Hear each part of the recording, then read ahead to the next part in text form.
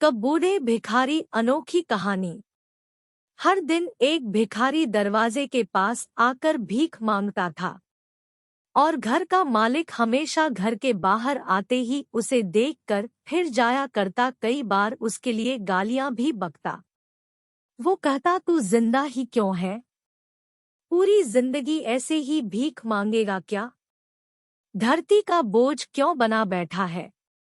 और कभी कभी उस भिखारी को गुस्से में वह धक्का भी मार दिया करता।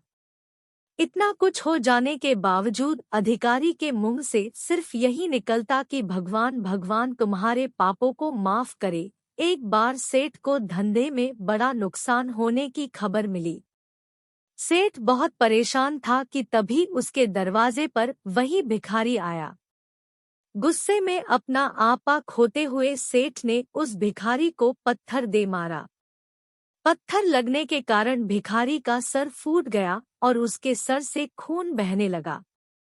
फिर भी दर्द से कराहते हुए भिखारी ने इतना ही कहा, भगवान तुम्हारे पापा को माफ करे। भिखारी वहां से चला गया।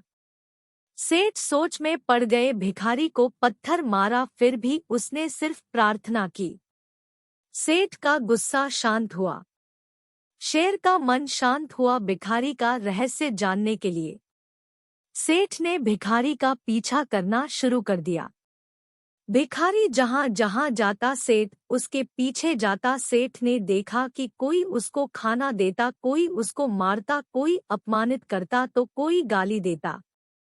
लोग भिखारी के साथ चाहे जैसा व्यवहार करते, लेकिन भिखारी सबके लिए एक ही प्रार्थना करता, भगवान तुम्हारे पाप माफ करें। अब रात होने को आई थी। भिखारी अपने घर जाने के लिए लौटा। वो अपने घर पहुंच गया, लेकिन सेठ अब भी उसका पीछा कर ही रहा था।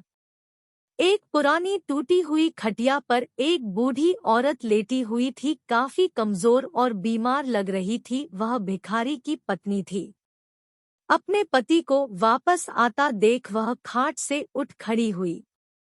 पत्नी ने अपने पति के भीख वाले कटोरे में देखा, उसमें सिर्फ आधी बासी रोटी थी। उसे देखकर वह बोली, आज बस इतना ही मिला? और हाँ, आपके सिर से खून निकल रहा है, ये चोट कैसे लगी?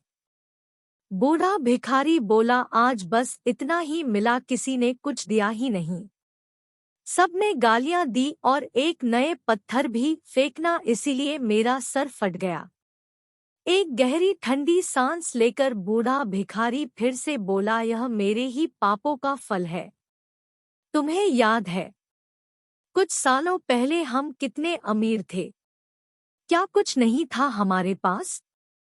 हमारे पास हर चीज जरूरत से ज्यादा थी, लेकिन हमने कभी दान नहीं किया।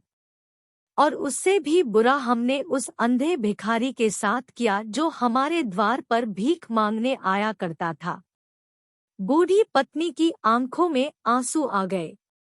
वह बोली, हाँ, हम उस बेचारे अंधे के साथ बहुत बुरा करते थे। उसका अपमान करते थे।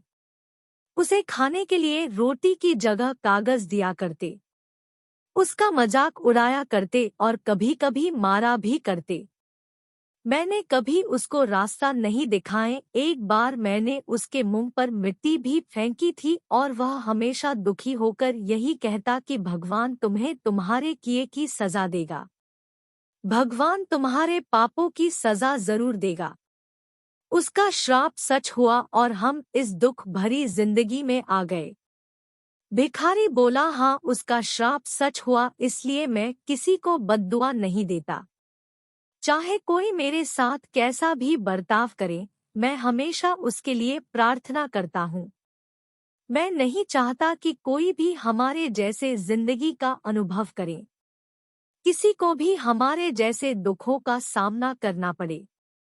वो नहीं जानते कि वह कितना बड़ा पाप कर रहे हैं, इसलिए अनजाने में हुए पाप की ऐसी सजा किसी को भी मिले, मैं नहीं चाहता।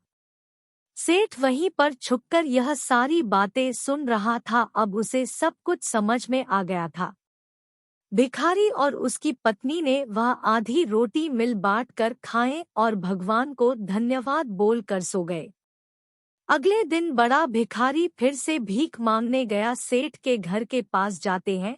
सेठ ने पहले से गरम रोटी या उसके लिए निकाल कर रखी थी। उसे देते हुए सेठ विनम्रता से बोला, माफ कर दीजिए बाबा, उसे बहुत बड़ी गलती हो गई। बूढ़ा भिखारी बोला, भगवान तेरा भला करे। इतना कहकर वह आगे निकल गया। इस कहानी से जो सीख लेने लायक है वह बड़ी ही सिंपल है कि आदमी चाहे किसी के बारे में बुरा कहे या भला करे, लेकिन भगवान सिर्फ कर्म के हिसाब से उसको फल देता है। क्या हुआ अगर भगवान नहीं दिखता है, लेकिन यह बात बिल्कुल सच है, उसके खाते में सबका हिसाब बहुत बहुत पक्का होता है। इसलिए जब किसी के लिए कुछ भी करो तो अच्छा ही करो।